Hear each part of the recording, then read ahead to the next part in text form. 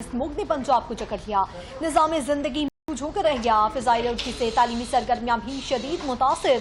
Smoke के बढ़ते असरात के पेश नज़र पंजाब के तमाम इस्लामी निजी और सरकारी स्कूल्स बंद कर दिए गए। सूबाई वज़ीर तालीम राना सिकंदर हयात ने कहा है कि स्मोक के बढ़ते असरात के पेश नज़र तमाम इस्लामी स्कूल्स बंद कर रहे हैं।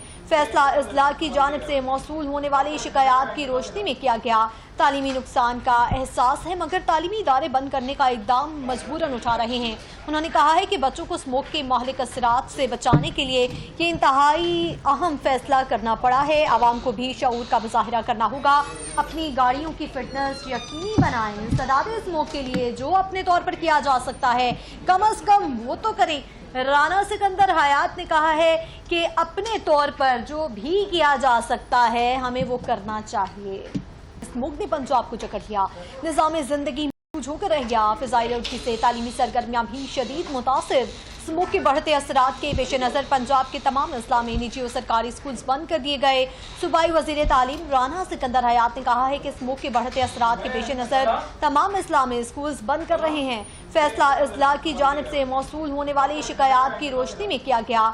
तालीमी नुकसान का एहसास है मगर तालीमी इदारे बंद करने का इक़दाम मजबूरन उठा रहे हैं। उन्होंने कहा है कि बच्चों को स्मोक के महलिक असरात से बचाने के लिए ये इंतहाई अहम फैसला करना पड़ा है। आवाम को भी शऊर का मुजाहिरा करना होगा।